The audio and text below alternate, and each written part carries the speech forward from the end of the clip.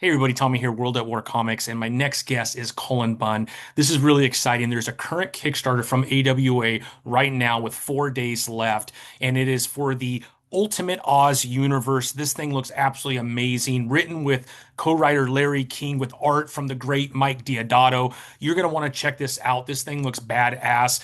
We all know The Wizard of Oz, that first movie, but what we don't know is the other 99% of that world that has existed for a long time. And they really delve into this universe that is called Oz. You got to check it out. They've gone so much into ensuring that this world building takes place that is according to Oz, that they even have historians of Oz that are sitting on this team to ensure that everything ties back to that original movie and those books. You got to check it out. This thing is amazing. The art is incredible. The new characters that have been developed from that original story. Next level. Go over to Kickstarter right now and check it out. Without further ado, here is Colin and I. I think you're going to really like this one.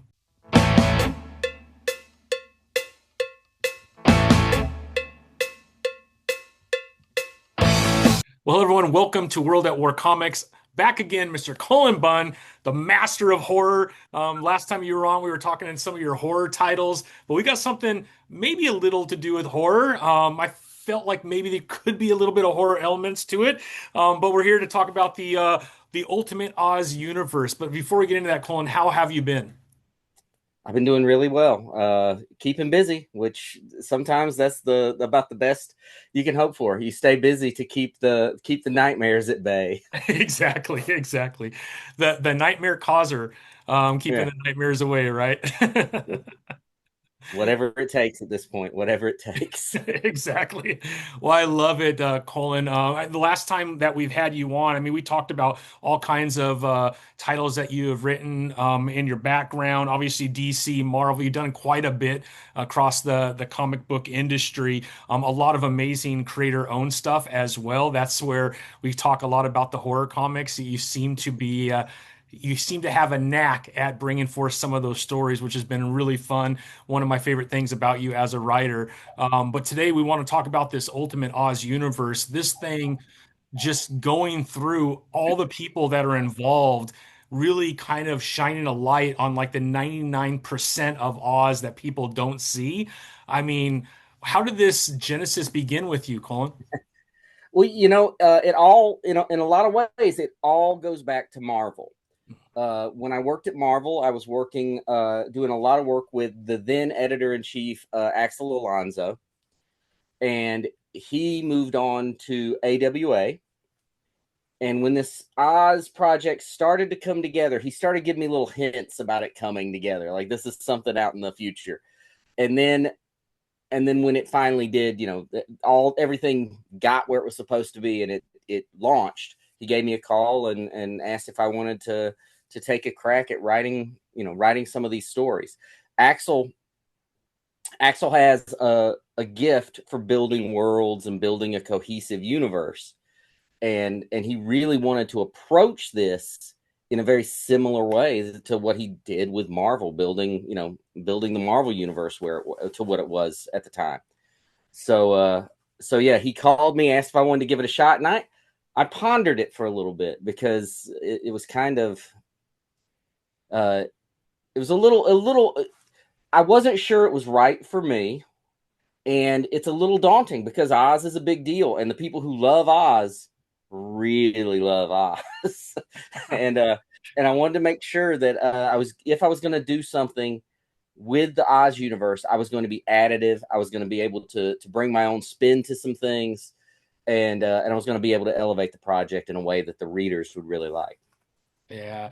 Well, I got a little snapshot sent over to me from the AWA team, and man, this thing looks phenomenal. And we talk about kind of expanding that 99%.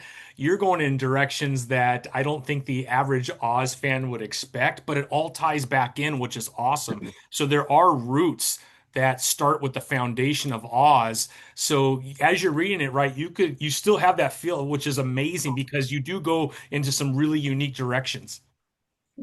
Yeah, it's and this is, in my opinion. Now, I haven't read everything that's ever been done based on Oz, right? But I read those original books, and this is the truest adaptation of Oz there has ever been. And even saying that, there are so many surprises, especially visual surprises that are coming along, which I'm sure we're going to talk about the great Mike Deodato and what he's doing with this book. But there's so many visual surprises to the book, while at the same time, it is so Oz accurate. I mean, they have historians working on the thing. I had to have like a week summit with people who just educated me on what Oz was all about. More about Oz than I have ever wanted to know. So, I mean, they were really. I mean, they take this very seriously in terms of this needs to be a true depiction of what Oz is about. And yeah, like you said, it's the 99% that no one really knows about. Yeah. Well, I mean, to your point, right? We have Julie McNulty, who is a historian of Oz. You have another gentleman by the name of Jay Duncan, who is a Yeah. historian of Oz. So, just so people can understand the depth into this world that all of you are going into as you start to develop some of these other stories. It's insane. Obviously, you got Alex, who's very involved. It is crazy. It kind of reminds me. I've had like the team from Titan on for Conan the Barbarian, and you Sure. have the Robert E. Howard historians, and they're kind of all just making sure that everything fits properly. You've done the kind of the same thing where like this is like legit world building with historians. It's incredible. Oh yeah, I sat with Larry King uh, and talked about Oz, and it was just amazing to me of how deep the history goes. So I'll mention, flying monkeys, and then Larry's going to talk to me for 45 minutes about the history of these flying monkeys and the true nature of them from the book. And again, I read the books when I was much, much, much younger, and I watched that first Wizard of Oz movie. I loved the Return to Oz movie. Um, and but that's what I knew about it. The depth of it was so much. I mean, it's such a the world is so much richer than I would have really than I really expected it to be. Yeah. Well, it seems like a lot of thought, a lot of heart has gone into this project. When the movie first came out, and it kind of went from black and white to color, like it set so many like records at that time. I just talking to my grandma because Wizard of Oz. If you had TV growing up, like every year there was a date where Wizard of Oz was on TV, right? Like Right. Puff the Magic It was Dragon. There's it was Thanksgiving, right? In my Thanksgiving. mind, it was Thanksgiving is when it always aired. But yeah, one of those holidays, Yeah. there it is. There's Wizard of Oz. So yeah. Yeah. Oh, I remember watching it, and I think it was for like a Thanksgiving, and the family's over, and my grandma saying that she stood in a line for I don't know how long, waiting to get into the theater to see this when it first came out because it was so different from anything else that had been in movies before then. And I feel like this comic book is attempting to do kind of the same thing with the expansion of the Oz universe within, a comic book. It's incredible the a vast majority of people that have been brought into this project. Oh yeah. This is 100% a universe building situation because as I'm working on this first graphic novel, there are characters that pop up. There are places that are mentioned. And all of it, all I can think about it was, well, there's another story, and there's another story, and there's a story. Um, and that's a little bit, that's the challenge too, because there's so much lore baked into Oz. But we also needed this book to be real accessible because we can't expect everybody to know everything about Oz. So this book is also very accessible, easy to get into. You'll know who the character. I mean, everybody knows those characters, right? The original team, right? The original squad, the Oz squad. Everybody knows them, but there are so many other characters. Those characters serve as almost like a window for us because then we're able to introduce other characters, other situations that are kind of rolling in to that story, to their story. Yeah. So, I mean, based on your experience as a comic book creator and writer, you have a lot of experience in world building, right? Marvel, DC, you've expanded on worlds that already existed before, so you have that experience, but you have quite a few very popular creator owned. So, like your background around building, I feel like could be perfect for something like this. Like, how much of that is helping you in the expansion of this universe in Oz? And are there any Well, correlations that you can make? yeah, I mean, so the differences are if you're talking about something like the Six Gun, which Hmm. was really just this massive world building exercise. Um, that was all, that was created whole cloth out of, Brian Hurt and I created that. With Oz, it's a little different because there's a lot of all of this lore is already there. But what I do feel helps is get I feel like I've got a handle on how to get the reader immersed into the world and make the world feel real without overwhelming them. And it's a delicate line. It's tough to do because you could easily just say, well, here is this character and here is their 40 years of history and their eye color and their nephew's name and their but that doesn't build a world. And that I try to tell up and coming creators or aspiring creators all the time, that stuff doesn't build the world. What builds a world is getting the reader to buy into it. And there are techniques I use in Six Gun to get them to buy into the realness of the world that I'm using in this, because that's the way you get them in, and you kind of doling out the information. You're in a way that is not overwhelming, but also tells the reader, oh, there's a lot more to this. There's so much more to explore. Um, which is really what all the great things that I loved when I was younger, Star Wars and, Micronauts and all these Marvel books that I loved. That's the way they built worlds. That's how they give you little bits and hint at bigger things to come. And that's what we're doing.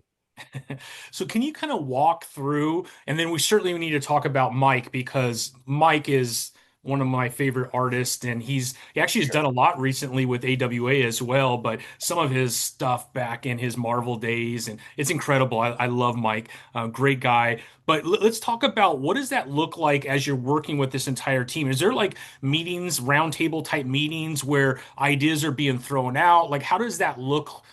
For you as a creator, and how is that all being managed? Well, there were a lot of initial discussions before I ever started writing. There were a lot of initial discussions, especially between Axel and Larry and I were really talking a lot about the story. Um, and they had plans for what this might look like, what they wanted to get across. And honestly, it would have been a 500-page graphic novel. It was far too big to get it all across. So a big part of my initial job was figuring out how to get that into a workable format that wasn't overwhelming, but also was true to what this story was. And that's really what I spent, a lot of time initially, was doing that outline and breaking it down and condensing it and figuring out how it would work in the space we had. And a lot of it was Larry and I. There was a lot of back and there every script page. There was a lot of back and forth with Larry and I going back, making sure it was right. Um, and then when it went into the art phase, there was some back and forth there because there are some very important visual cues to the Oz universe that we want to make sure were being handled.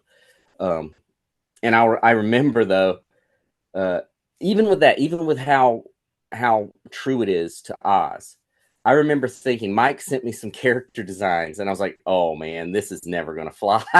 This isn't gonna work. This is too cool." I mean, look, no, nothing against Oz, but I was like, "This stuff is too cool for Oz." But it went. I mean, they went for all of it, which is amazing. And I really do think this is some of the cool. This is definitely the coolest the Land of Oz has ever looked. Yeah, I could vouch for that just for the little piece of what I've been able to see so far. Also the character evolution of even some of the base characters that Mike has been able to Yeah. do. they're badass, man. They look Oh yeah. Well, amazing. a lot of people are kind of like, oh, you have your in your mind what Yeah. Wizard of Oz is, right? You remember the original movie, and you're like, oh, hi, I'm Dorothy, you know, and you're like, oh, it's so cute and sweet. I'm telling you, these characters are the real deal. I mean, and there's even, and this is all from the original books. I mean, the lion is fighting giant spiders, and the scarecrow is ripping the heads off of crows as they're attacking him. The Tin Woodman is swinging his axe as wolves are attacking him, and so they were always kind of badass. And now Mike, he's making sure that their badassery comes across on the page. I mean, I mean, I think most of the designs of the core characters have been revealed. So, I mean, when you look at the Tin Woodman, you're like, okay, this is not your grandparents' Tin Woodman. This is something completely different. Yeah, I'm not sure how much we're allowed to kind of reveal, and I want to be very careful that we don't cross any kind of a line here. Yeah, Um, I'm not either. So let's Me yeah, neither. So I let's don't be want to get careful you in together. trouble, and I don't want Axel never to allow me to talk to anybody at AWA ever again. But just from what they sent me as kind of a little snapshot, everybody that's listening, when Cullen says that the badassery is another level, it is another level. And if you know who Mike Deodato is, you know that you're getting some of the most detailed pencils that you will ever see in your life. He's such an amazing artist. And he's a badass too. A lot of people don't realize he's like a black belt as He's himself, like right? he's like the nicest, deadliest person I know. So Because he yeah, just did that one book with Ronda Rousey too, he for did. Yeah, AWA, which is about to ship, I believe. The Kickstarter is about yeah, to ship. for sure. He is legit a badass. He's also a sweetheart. Yep. And I think this, and you're right. He's obviously a mega talented artist. Has been for as long as he's been working comics. This is the best stuff he's ever drawn, in my opinion. Hands down, his best work. And so detailed, which if you're going to touch the world of Oz, I mean, that's a must, right? Because if you Yeah, remember just the yellow brick road, you look at the surrounding, the details in it, the world, and everything around from trees and everything coming alive, you could right. only imagine what that art's going to look like. Like, you can't just have a few characters with a blank background. The detail just in the background alone outside of the characters will blow you away. It's absolutely beautiful. It's gorgeous. Yeah, Absolutely for gorgeous. sure. It's very rich. It's very. Uh, he puts so much work into every panel.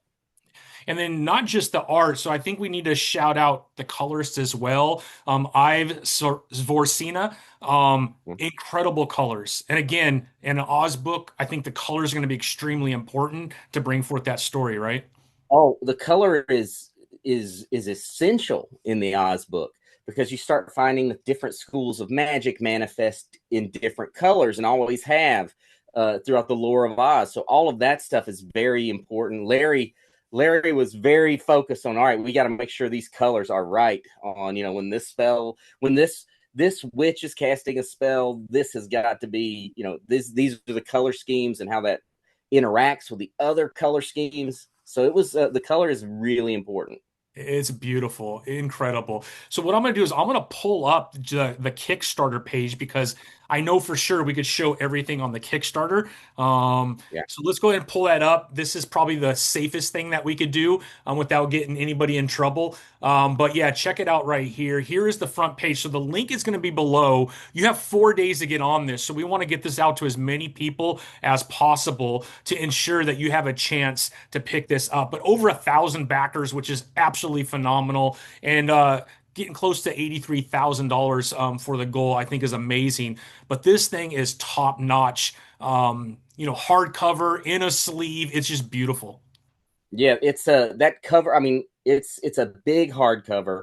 The case is die cut, so that Oz on the front is die cut to look in on the cover. So it's a really special edition. Yeah, absolutely. Let's see if we can't find some of the art here. So here's that cover you were talking about with the die cut. And you could see right now, if you've ever watched Wizard of Oz. You're seeing an extra character there you might not be familiar with if you're only familiar with the movie, even not part Yeah, two, but I believe that's Tip, right? that's Tip. Yeah, Yeah, that's Tip. So Tip is Tip is a very important character in this book. I exactly. mean, and going forward, but yeah, you're going to meet Tip here, and so this story kind of picks up where Wizard of Oz left off. Okay. There's the jumping on point. This is what. So we're not retelling Wizard of Oz. This is what happens immediately after. Beautiful. Incredible. So get over here. I mean, look at this. This is insane. So this is what is this? What are we looking at right here, Colin? Is this like That's a like the different? tray. Yeah, it's like the tray case, I believe. Ah, Yeah, it's because there's the little ribbon to open it up and everything. So like the quality that has gone into this is just insane. It's just beautiful. Let's talk a little bit about the map because the map, I stared at it for a while, blew it up. Like this thing is pretty awesome. So as you're world building, do you start here as like this the starting point, and then you build story out of what you came up with all the different areas of the map? well, the map is important. I mean, it was still mainly focused on the character. So I knew where we were really starting because I knew where Tip was in the lore of Oz. But I can tell you that the map is super important, and it was a big deal to know where the characters were traveling and what areas they were in and how it interacts with other areas. So there was a lot of discussion of the map. And as a kid who I grew up reading all these novel series that always had the map in the front, and I always loved them. I loved those maps. So it was fun, and it was a treat to see the map and and and see how the story interacts with the map. And as it continues beyond this book, well, of course, then the map becomes even more important. Yeah, yeah, incredible. So as far as the map goes, are you the developer or was a team already kind of working on this when they brought you in? Where did this whole map take place? So I don't know who designed the map. Okay. Uh, at least not off the top of my head. I'm sure I did it at some point. The map was ready to go with it when I got involved. The map was ready. I'm pretty sure Larry was heavily involved in pulling it all together. Yeah. So this kind of led you as far as how the story would start and where you would finish with this current volume then? Yeah, we knew because of again because it is rooted in the original stories. So looking at the map, I'm able to pinpoint, well, here's where Tip is now, and this is the path he's going to be traveling in the story to get, to get from point A to point B, and the things that are going to happen to him along the way, and the weird mysteries he'll encounter. I love it, man. It's so cool. I love it. I love it. So here's the different sizes. Right. Look at Yeah. that. So that's the trade paperback, which is what will be in the stores, and this is, and then so you can see the hardcover is quite a bit bigger. So once the Kickstarter is over, the opportunity to grab your hardcover cover is over? I I think so. That may be beyond my that's beyond my pay grade probably, so don't hold me to that. I know that for sure this is the way to get that hardcover. Yeah, for sure. And probably at the best price, I would think too, right? Because once you hit retail, obviously everybody has to make their margins and all that, just the normal Right. business. But yeah, this is a great opportunity to get that oversize. And I mean, you could just look from the cover. The art is going to look so amazing in that larger book. I cannot Yeah. wait for that. Looks amazing. Here's some interiors that you are allowed to download and check out yourself. So a portion of the story has already been provided. So you're going to be able to jump right in and kind of get a feel for what you're getting in this expanded universe. And wait till you see the stuff that Tip goes through. It's absolutely insane, man. And like I said, Yeah. look at that art. There is one group in there that you could see here of these four ladies. Wait until you Yeah. dig into it and see who they are and what they do in this world. It's going to blow you away. One of my Yeah. I mean, favorites, by the way. and yeah, and there's that. Look at that Firebird. Come on, this is Yeah. not again. This is not the Oz you're necessarily expecting. There you go. Look at that. Man, Mike is amazing. Jeez Louise, man. I can love him. All right. So here's the editions that you could go ahead and pick up. Here's I mean, look at that price point. $50. You're getting the oversized hardbound with the slipcover. Incredible. And there's a bunch of other stuff that you could add as far Yeah. as a So bundle too. this is what we saw earlier is that cabinet. Mm, So that's what that's called, the cabinet. I couldn't think of what they were calling it. yeah, look at that. The thing's amazing. You open it up like this, the book's in the middle. I mean, that's Yeah. insane. Incredible. Look at that. There's Oz. All kinds of cool add-ons too. Hopefully you're getting all this free, Colin. Oh, I don't know. I have to back it the same as everybody else, I think. Exactly. Look at that jigsaw puzzle. Look at that map, that oversized map you could throw on the I wall as you're reading it. I think, and I mean, I can't be sure. I think I was the first backer on this campaign because I wanted to make sure I didn't miss Yeah, that collector bundle. exactly. Yes, I probably will get it all. But one, it's nice to support the publisher, but also I don't want to miss out. I don't want to accidentally miss out because I didn't understand something. Exactly. That's amazing. Look at the shirts and everything. All kinds of cool stuff, man.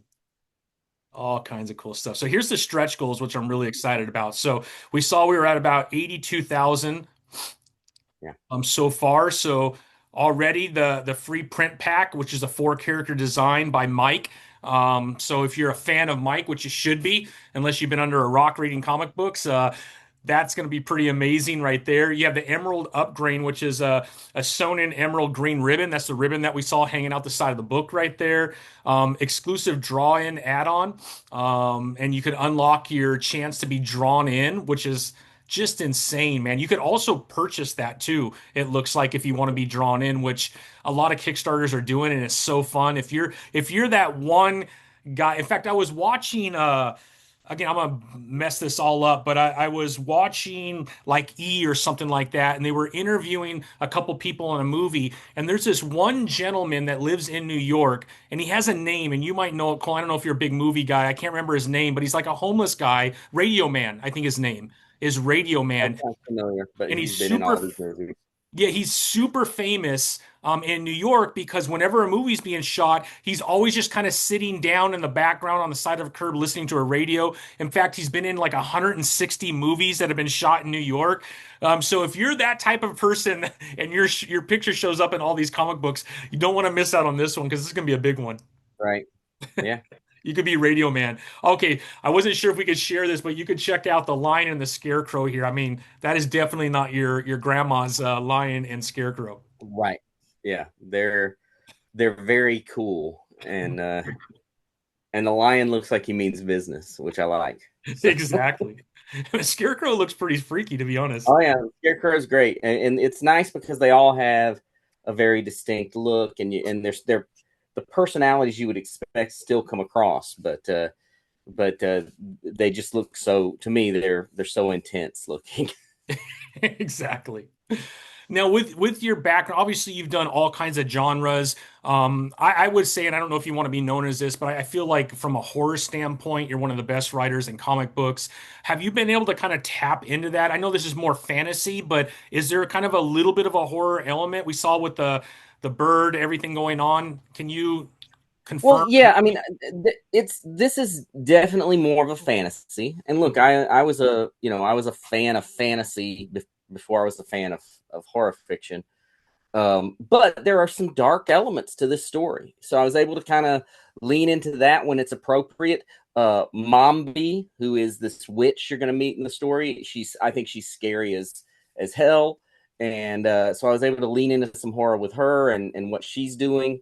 So there are definitely moments of sort of fear, but then it is 100% more a fantasy story. Yeah, yeah. That's so awesome. Here it is, get drawn into it. You could get your chance to be drawn in, or it looks like you could purchase it as well. Here's that creative team they were talking about. So there you are, Colin. Here's Larry, who is your co-writer and producer. Mike, the legend artist right there. Ive, who's the colorist, which Yeah, obviously you've seen, incredible. Steve Wands, who's the letterer right there. Isad, which it looks like he did the case art, which is incredible. Tom Muller, the logo and book design. What an amazing team, man. And then it was just announced that Elton John is going to write the forward for this. I hope you get to meet Elton or talk to him or anything like that, or not so I, much. I feel like Elton and I will be best friends. So of Exactly. course, I mean, we got to chat about the Oz storyline, I guess. Exactly. Well, I think he's made it very clear in interviews and stuff that he is a mega fan, so it makes a lot of sense that he would be writing the forward. But we need to get a hold of Axel and say, Axel, I gotta meet Elton. I'm the writer, man. I have to make sure that I'm living up to whatever the expectations are from Elton, right? But yeah, for sure, absolutely Yeah. Hashtag make Colin meet Elton. We're gonna right. start that. Awesome, man. So all the rest of this stuff is just kind of the stuff you have to put on the Kickstarter. But this thing looks absolutely beautiful, Colin. Congratulations on this. Thank you. Where do you kind of put this in your career? You've accomplished so much in comic books already. I feel like this is something very unique for you in your experience. I don't know if you agree with that, like something a little different than what people would mainly expect from you. Where do you put this in Yeah, your career? it's it's one of these projects that is maybe a little unexpected. Even for me, even I was like I said earlier, I was like I had to ponder this one for a little bit. But it's one of these projects that I wanted to do because of the challenges it presents, and I think um, it'll be a project that a lot of people who've never read my work in other in other stories, this will be their first introduction to my work. So it's and really to some degree that's the truth with every book I do. I always have to keep in mind this is the first time they're going to read my work. With a book like Oz though, which has such a big fan base and a big following already, there are going to be a lot of people who have never, in some cases, have never picked up a comic and are going to be reading this for the first time, which is, uh, it's challenging and a little daunting. But yeah, this is going to be something that a lot of folks have never read a comic book before because they have whatever interpretation of what comics are. This is going to be a new experience for them, and it's not something I take lightly. Yeah. Well, I'm hoping that after they read this, they start searching out some of the other stuff that you've done, especially your creator owned. I absolutely love some of your creator owned stuff that you've done. In fact, the last time you were on, we were talking about some of your creator owned stuff. But yeah, absolutely incredible, Colin. This is so fun. I cannot wait to get my hands on this. Now, are I don't know how much you could share, but will there be more to this story after this? The only thing I can share is that yes, there will be much more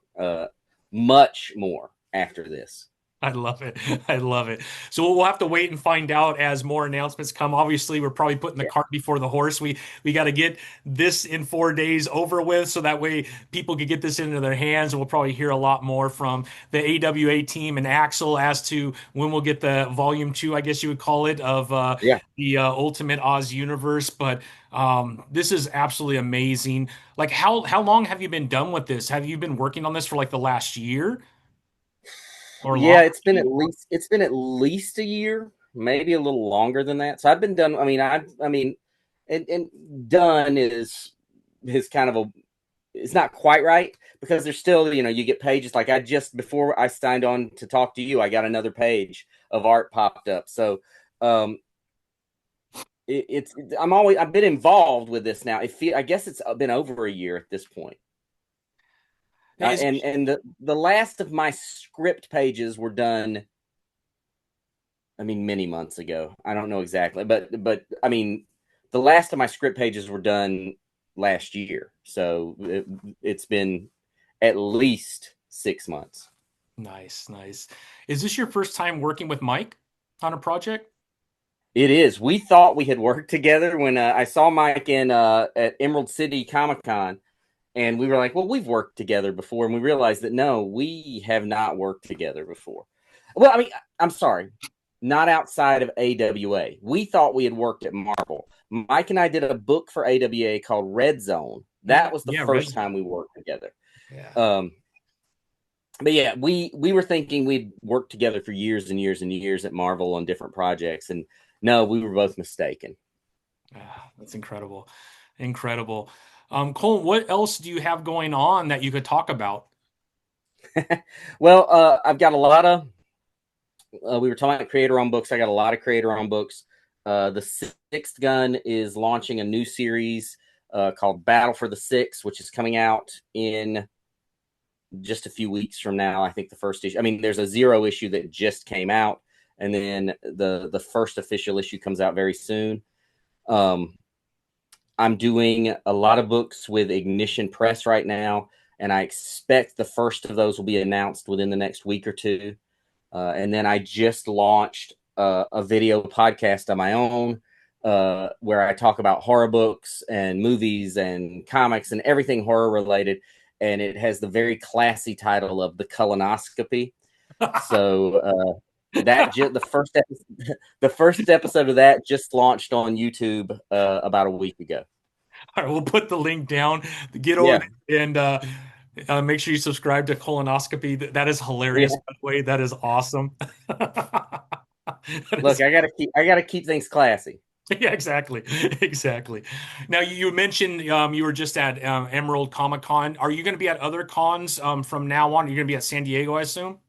So I will be at San Diego. I'm going to be doing a lot of conventions coming up. The schedule hasn't been 100% finalized.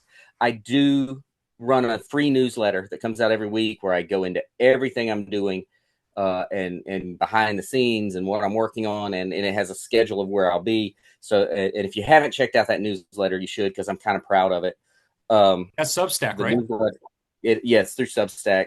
But yeah, you can find it if you search for it, you'll find it pretty easily. Yeah, I'll make sure that link's down there to make it very easy to